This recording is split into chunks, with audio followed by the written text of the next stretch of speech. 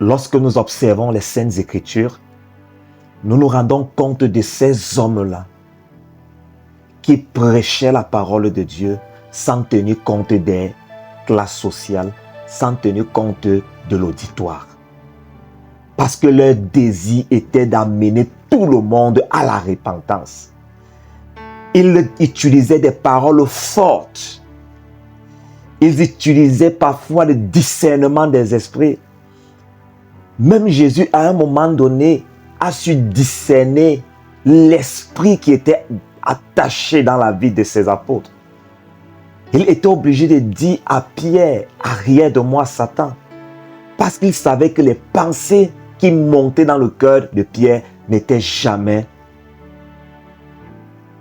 pour Pierre, mais ça venait tout droit de Lucifer. Jean-Baptiste a tenu des discours choquants et ces discours nous concernent spirituellement. Oui, nous qui se réclamons enfants de Dieu, nous qui fréquentons des églises, qui mangeons avec les hommes de Dieu, nous qui montons et qui descendons avec des Bibles, ces paroles doivent choquer ton cœur. Elles doivent te pousser à une réelle introspection. Tu dois t'examiner et te poser la question: est-ce que je mérite vraiment le titre d'enfant de Dieu? Ou alors, est-ce que je suis réellement converti? La Bible nous parle dans Matthieu chapitre 3, au verset 7, de ces groupes religieux, les sadducéens, les pharisiens, ces hommes honorables, ces hommes qui, pour eux, étaient les descendants d'Abraham et donc devaient avoir un traitement de faveur. Mais Jean-Baptiste a tenu une parole forte contre ces groupes religieux-là. Il dit donc ceci: mais voyant venir à son baptême beaucoup de pharisiens et de sadducéens, il leur dit: race de vipères, qui vous a appris à fuir la colère à venir? Produisez donc du fruit digne de la repentance. Et ne prétendez pas dire en vous-même: nous avons Abraham pour père. Car je vous déclare que de ces pierres-ci, Dieu peut susciter des enfants à Abraham.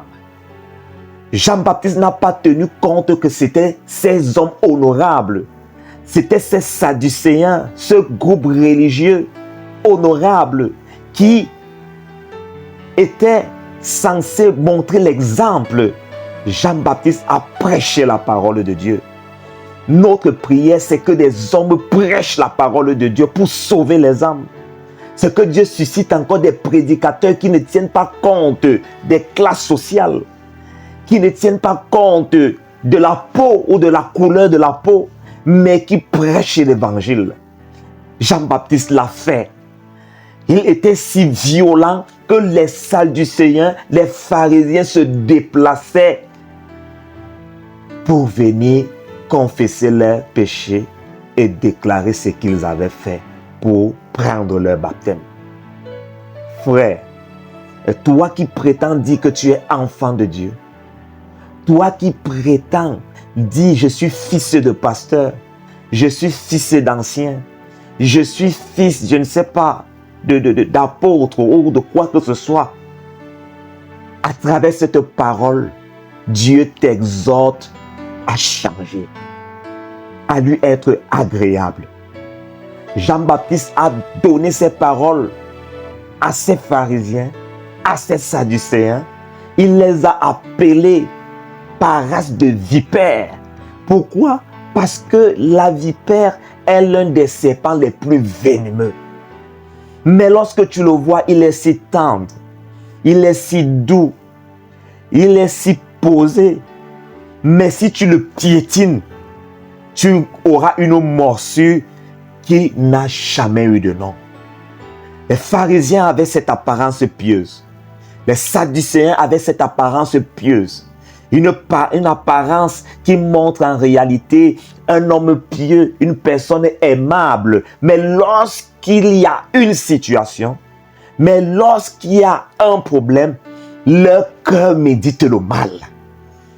Ils étaient pourris à l'intérieur. Ils soignaient l'apparence. Ils soignaient leur attitude. Mais à l'intérieur, ils étaient pleins d'ossements. C'est pour sa raison que Jésus a toujours pris la peine de leur dire, pharisiens hypocrites, vous soignez l'extérieur.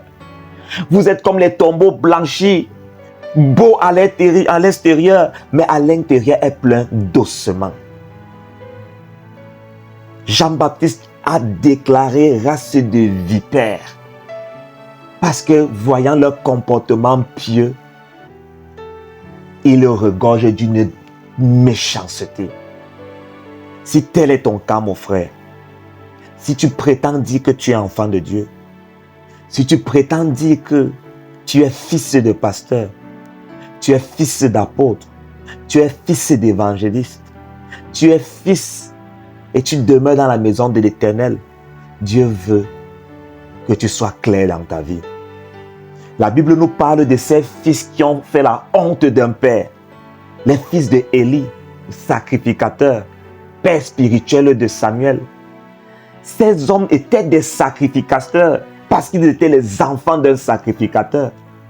Mais la Bible dit que ces fils étaient des hommes pervers. C'étaient des hommes qui ne connaissaient pas l'Éternel. Frère, toi qui m'écoutes aujourd'hui, je veux que tu connaisses le Dieu d'Israël. Ces enfants étaient dans le sanctuaire, ils étaient des sacrificateurs. Mais la Bible dit qu'ils étaient pervers. Si tu es dans la maison de l'Éternel, fils de pasteur, fils d'évangéliste, fils de diaconesse, et que tu es un homme pervers, sache que les uns sont nés ni de la volonté de l'homme, ni de la chair, non du sang, mais de Dieu. Ce n'est pas parce que tu es l'enfant d'un pasteur que tu es un pasteur. Ce n'est pas parce que tu es l'enfant d'un apôtre que tu es apôtre. Ce n'est pas parce que tu es à l'église que tu es agréable à Dieu. Jean-Baptiste spirituellement te dit, produis donc les fruits dignes de la repentance. Ne prétends plus dire que tu es enfant de pasteur. Voilà pourquoi tu peux faire ce que tu veux. Voilà pourquoi tu peux agir comme tu veux. Voilà pourquoi tu peux faire tout ce que tu fais là. Ne prétends pas dire cela.